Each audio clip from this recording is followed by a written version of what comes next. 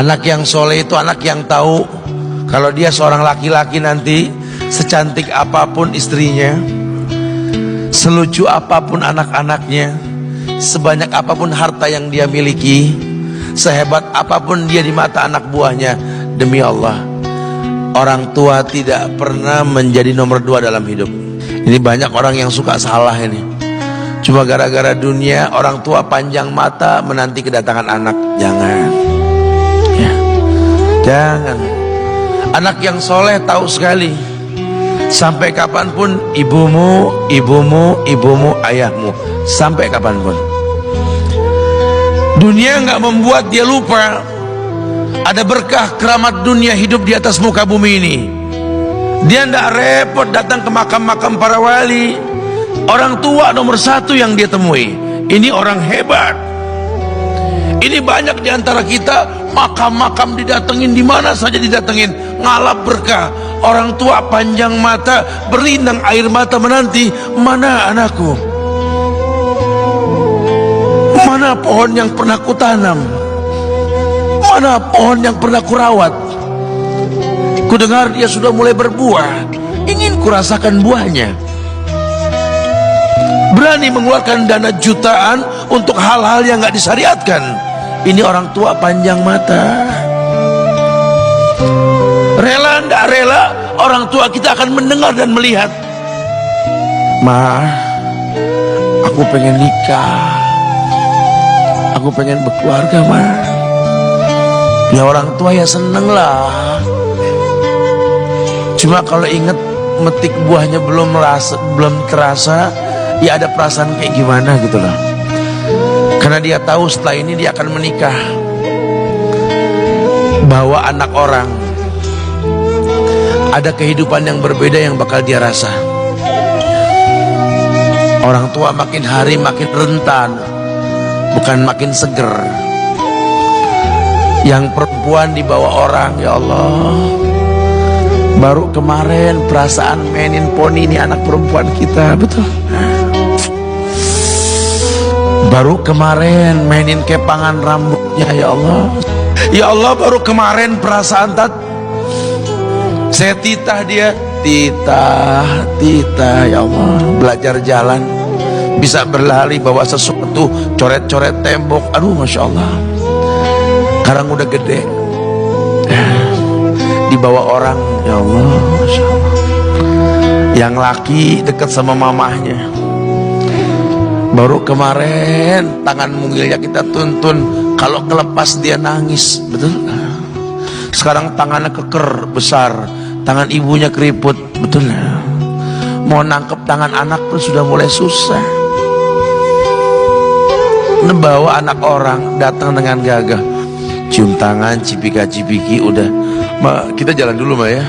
Udah Mama, udah. Digandeng tangan kekasihnya, dirangkul pundaknya. Ini anak laki ndak tahu ibunya kayak diiris-iris jantungnya. Dia lihat tangannya yang keriput, ya Allah. Udah berapa lama tangan ini nggak dibawa sama anak ini? Udah berapa lama tangan ini nggak digandeng sama anak saya? Kita merasa bangga akur merangkul istri kita, ibu kita ngelihat pundaknya. Udah berapa lama pundak ini nggak dirangkul seperti itu, ya Allah. Dulu aku berdandan secantik-cantiknya, ku dandankan anaknya, ku bawa di hadapan kawan-kawanku bangga. Lihat anakku. Tapi dia tidak pernah berdandan rapi membawa aku ke hadapan teman-temannya. Lihatlah ibuku. Ibunya sudah kebayang, ya Allah, ini anak bakal minta nikah sebentar lagi. Yang wajar kalau orang nanam pohon pengen metik buah, wajar. Ini buah belum terasa, pohon sudah mau dibawa. Kebayang tidak? Ya Allah. Mulai dia kebayang. Sehingga rasa-rasa seperti ini menjadi tumpukan rasa di hati orang tua kita, yang nanti pada akhirnya dia pun bakal kembali ke hadirat Allah, kita pun bakal kembali ke Allah, betul? Sementara yang namanya kemuliaan datang dengan cara sabab yang benar. Ridallah fi ridal walidain wa sukhtullah fi sukhtil walidain.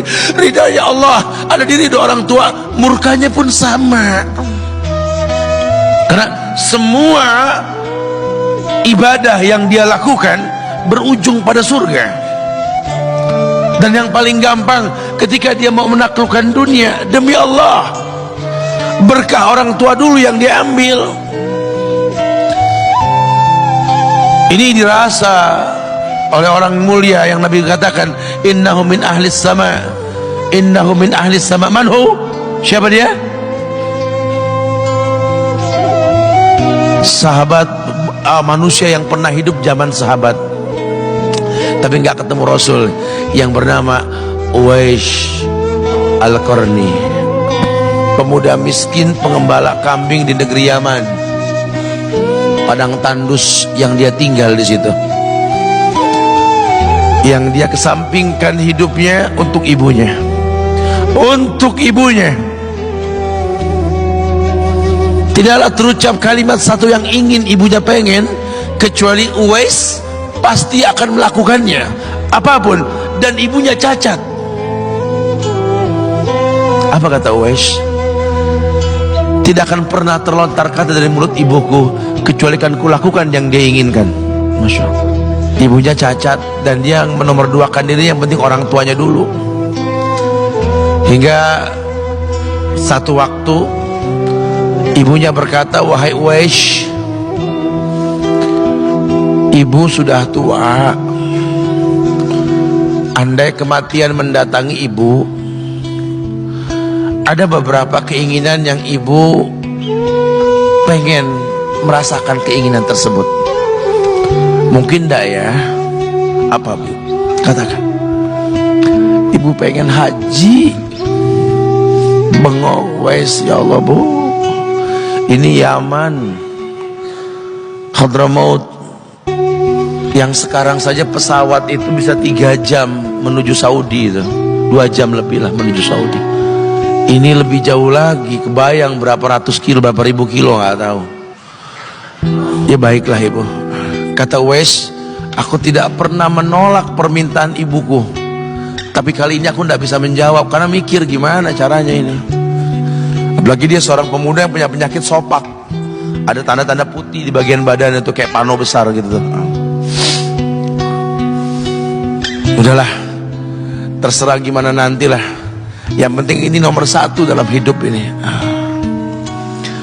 Dia beli seekor anak sapi, digendong tiap hari itu sapi sama si Uwais menuju puncak gunung, turun lagi, gendong ke atas, turun lagi tiap hari, sampai orang bilang, Uwais gila no, orang sapi dipiara dia digendong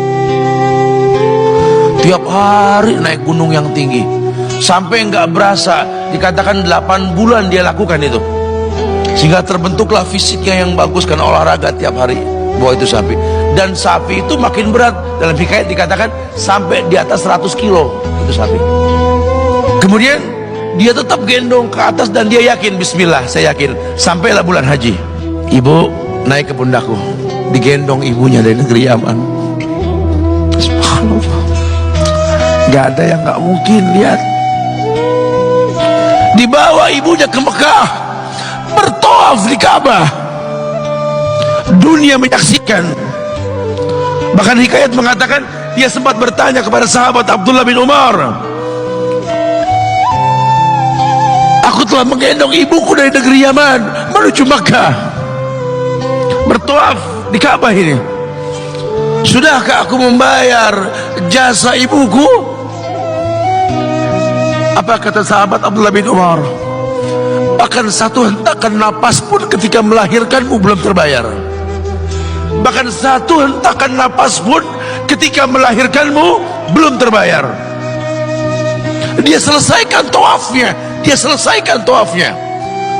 Selesai tawaf, dibawa ibunya ke makam Ibrahim untuk sholat 2 rakaat. Selesai sholat, dia angkat tangan, dia berdoa kepada Allah, ya Allah, ampunkanlah ibuku ya Allah. Ampunkan ibuku ya Allah. Masukkanlah dia ke surgamu ya Allah. Masukkan dia ke surgamu ya Allah. Ibunya berbisik, Uwais, sudahlah, mintalah pada Tuhanmu ampunan untuk dirimu dan surga untukmu. Wallahi wahai ibu, Allah ampunkan kamu, Allah masukkan kamu ke surga, cukup untukku ridhomu yang kubutuhkan wahai ibu. Lihat, manusia saleh, hasil doa Rabbi habli minas salihin. Lihat, makanya ketika Nabi mengatakan innahu min ahli sama, ini manusia penghuni langit, Umar, Ali, temui Uwais.